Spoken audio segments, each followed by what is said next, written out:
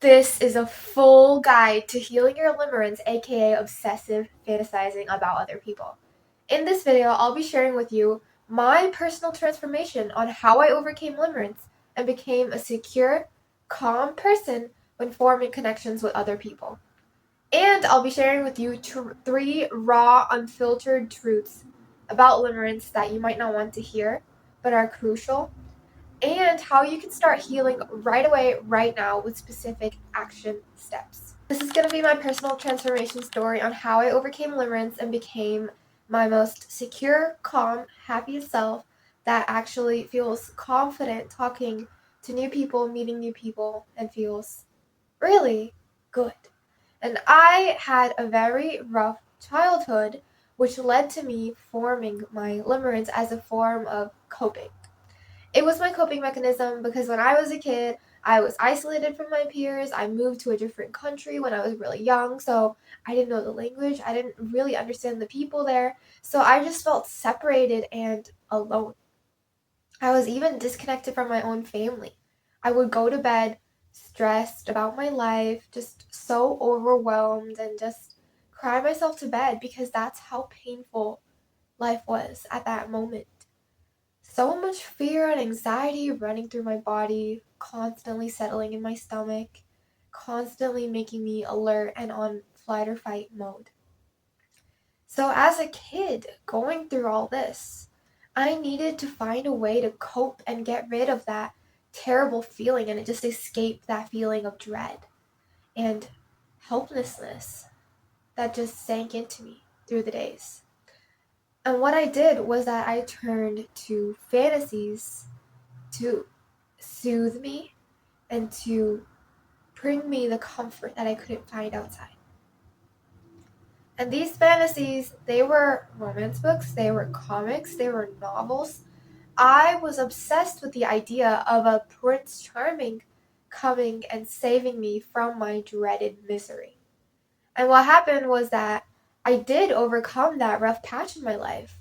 But in the future, when I wanted and I really desired to get into a healthy, secure, happy relationship with someone, it was so sabotaging.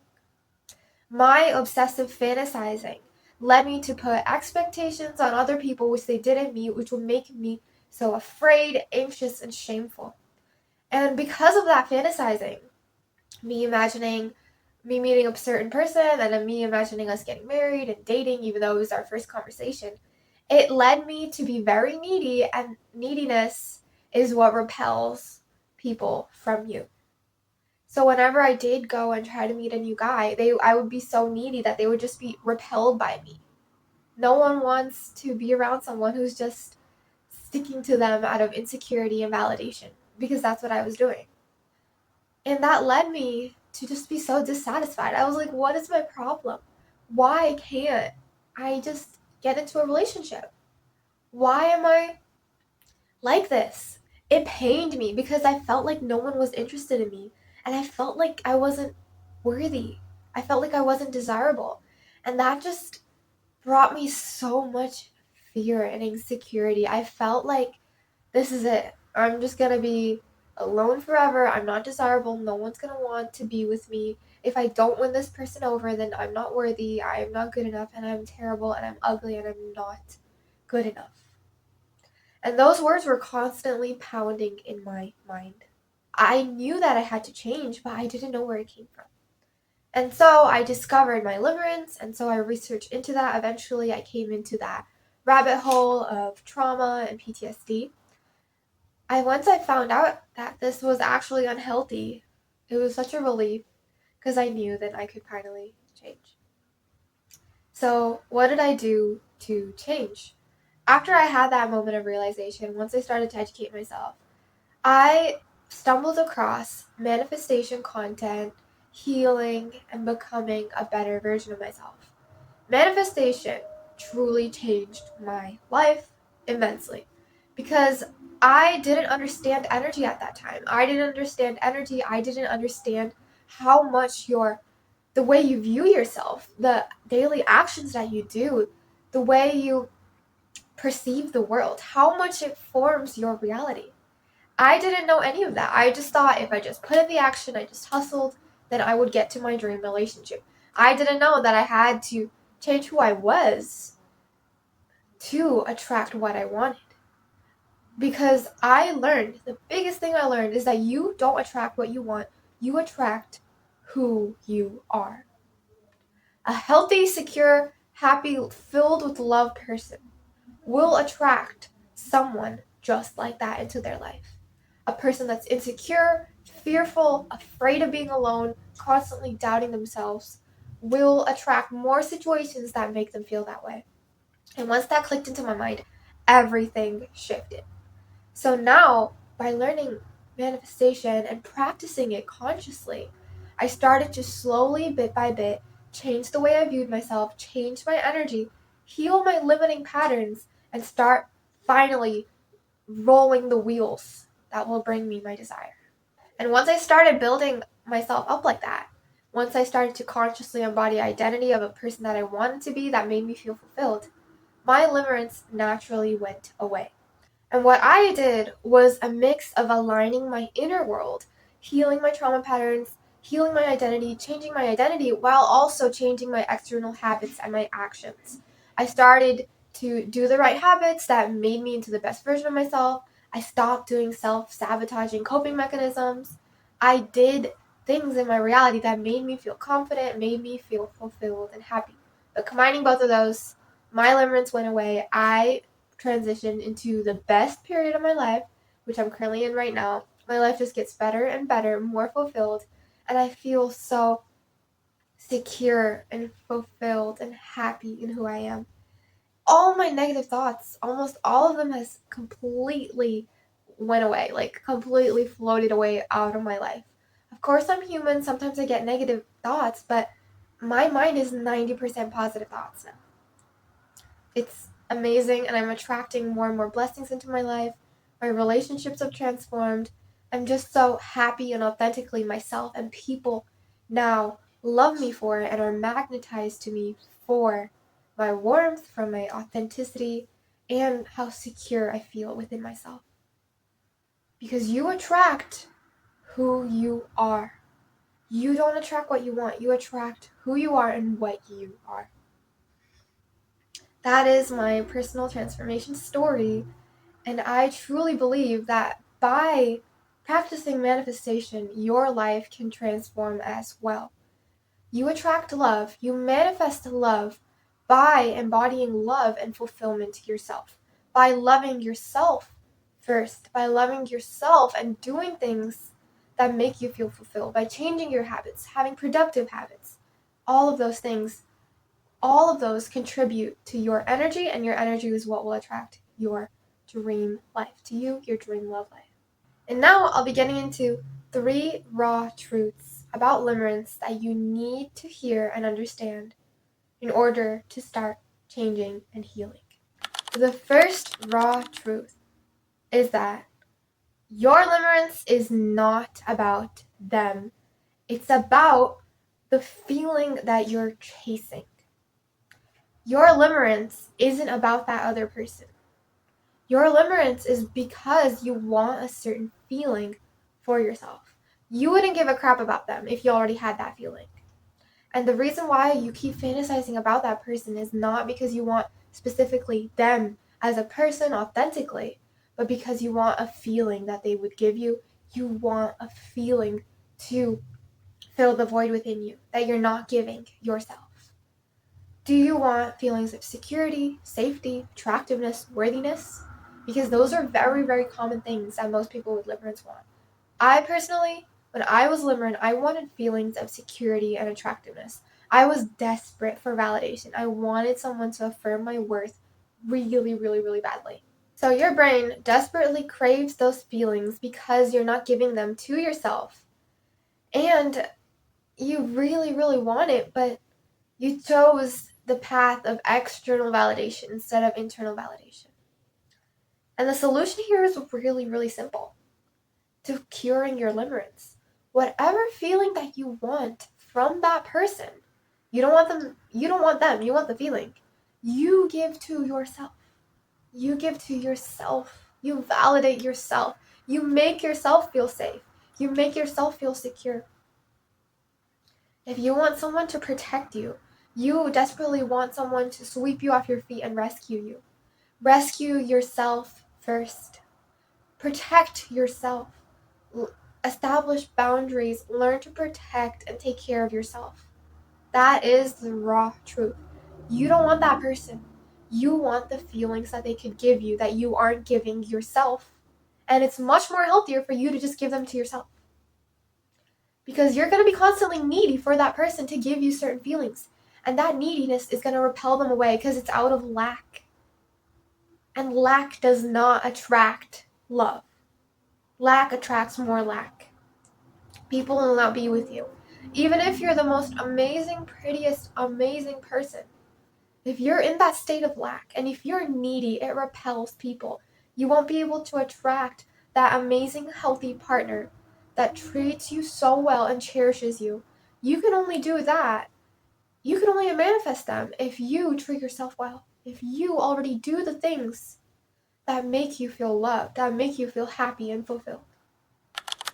The second raw truth about limerence is that your fantasizing is a coping mechanism for trauma.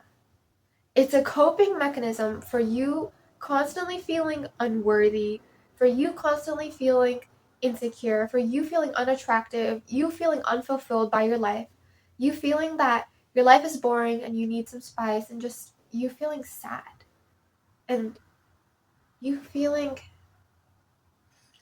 like your life is not the best life that you could be living. Because if you were a person already in an amazing, healthy relationship, if you already had all your desires, if you were living your dream life, if you had that amazing body, that amazing partner, amazing job, career, whatever you want, if you had all of those things, you would not be fantasizing. You would not be fantasizing because fantasizing is a coping mechanism. Coping mechanism to help you tolerate the negative emotions in your body. It helps you comfort yourself. It helps you comfort all that negativity flowing in you, and it's the only way that you think you can calm yourself down.